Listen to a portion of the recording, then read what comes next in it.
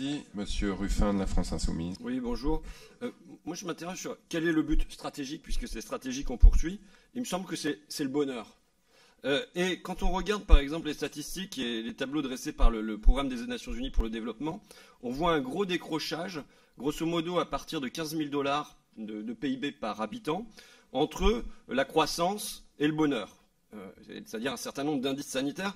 Et, par exemple, un pays qui n'a aucune, où il n'y a plus de corrélation, c'est les États-Unis, qui a un très fort PIB, mais en même temps où les indices sanitaires sont relativement catastrophiques. Donc d'une part, dans les analyses de France Stratégie, on nous parle de gains de productivité, du financement des startups, du financement des finances publiques. Ça serait bien aussi de nous parler de l'espérance de vie, du taux d'incarcération, de la mortalité infantile et de ce genre de choses-là. Ensuite, je me fonde là sur un bouquin qui est un bouquin de Richard Wilkinson, un épidémiologiste anglais, qui s'appelle « Pourquoi l'égalité est meilleure pour tous ?» et qui montre que justement à partir de 15 000 $, ce qui permet d'avancer vers davantage de bonheur, ce n'est plus de gagner des points de croissance, mais c'est le niveau d'égalité entre les citoyens. Et donc, c'est-à-dire, il ne s'agit plus de faire grossir le gâteau, mais d'autant plus que c'est un gâteau qui est écologiquement et potentiellement de plus en plus pourri, mais de trouver le moyen de le répartir entre les citoyens. Et là, on voit, ça s'appelle dans vos fiches, la montée des inégalités à la fois sur le patrimoine et sur le revenu financier, où on nous dit c'est moins pire qu'ailleurs, mais enfin c'est quand même pas terrible d'être moins pire qu'ailleurs. Et c'est vrai que, sans vouloir polémiquer, mais l'interview donnée par Édouard Philippe au Financial Times, où il dit qu'il veut faire des réductions d'impôts pour les riches, on voit mal comment ça va aller dans le sens d'une réduction du niveau, oui, des riches, oui, d'une réduction du niveau des inégalités. Donc voilà, quelle est la stratégie qui serait proposée sur le plan fiscal, peut-être sur d'autres plans, pour aller vers davantage d'égalité. Je termine en disant que vous avez cité Keynes au départ, Monsieur le Président.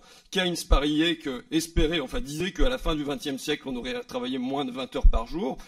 Enfin, je fais une proposition à la Commission. Je ne sais pas comment ça fonctionne, les commissions d'enquête, les machins comme ça. Je pense qu'on a un certain nombre à être paumés sur ce terrain-là. Mais la question des PME revient de manière récurrente, à la fois sur les fermetures de PME ou sur le financement et ainsi de suite. Moi, je serais qu'on puisse avoir des entretiens avec des dirigeants PME, peut-être avec des salariés et ainsi de suite, mais qu'on fasse de cette question peut-être un point important et qu'on puisse en discuter sans tabou. Et j'arrête là. Ouais, donc vous avez été un peu trop long, puis je me suis laissé bercer, et donc je me suis aperçu que j'ai pas fait mon job de juge, donc je vais essayer de le faire mieux à l'avenir. Ok, messieurs. Sur le bonheur, sujet qui nous est cher comme à vous tous et toutes, nous avons beaucoup travaillé à la suite d'un rapport qu'avait fait la députée Eva Sass il y a quelques années sur les nouveaux indicateurs de croissance.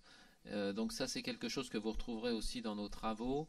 Ça a été repris dans un cadre qui lui était propre par le Conseil économique, social et environnemental sur ce qu'il appelle chaque année son état de la France, puisqu'il y a maintenant une lecture à la fois avec les critères classiques de PIB et les critères, disons, de développement humain qui sont évidemment assez radicalement différents, en tout cas très complémentaires, et qui embarquent une bonne partie de ce que vous indiquiez tout à l'heure, y compris sur des critères très précis comme la prévention. On vient de sortir par le Haut Conseil pour l'avenir de l'assurance maladie, qui nous est aussi rattaché, vient de sortir justement hier un document sur la prévention sanitaire, que je vous recommande à votre attention si vous vous intéressez aussi à des sujets certes moins économiques, mais touchant en tout cas à l'économie de la santé.